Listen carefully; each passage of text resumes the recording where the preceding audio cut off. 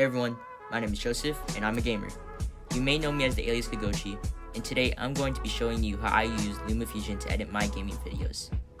To begin with, let me show you a few clips of me playing my favorite video games.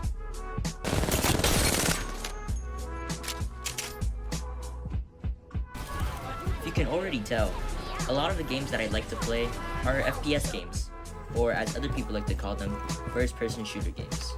This includes games like Call of Duty, Overwatch, Rainbow Six Siege, and many more. No way. My favorite effect in the LumaFusion app is the picture-in-picture effect. This effect allows me to stack one video on top of another video and edit both of them simultaneously. I just love this effect because of how easy it is to use, so let me show you how to do it. First, we need to select the two clips we want to use. My first clip will be my gameplay footage, and my second clip will be my camera footage.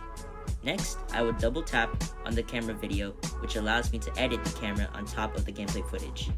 From there on, we can do stuff such as changing the size of the camera, moving the camera and its positioning, and making it bounce from one side of the screen to the other side of the screen.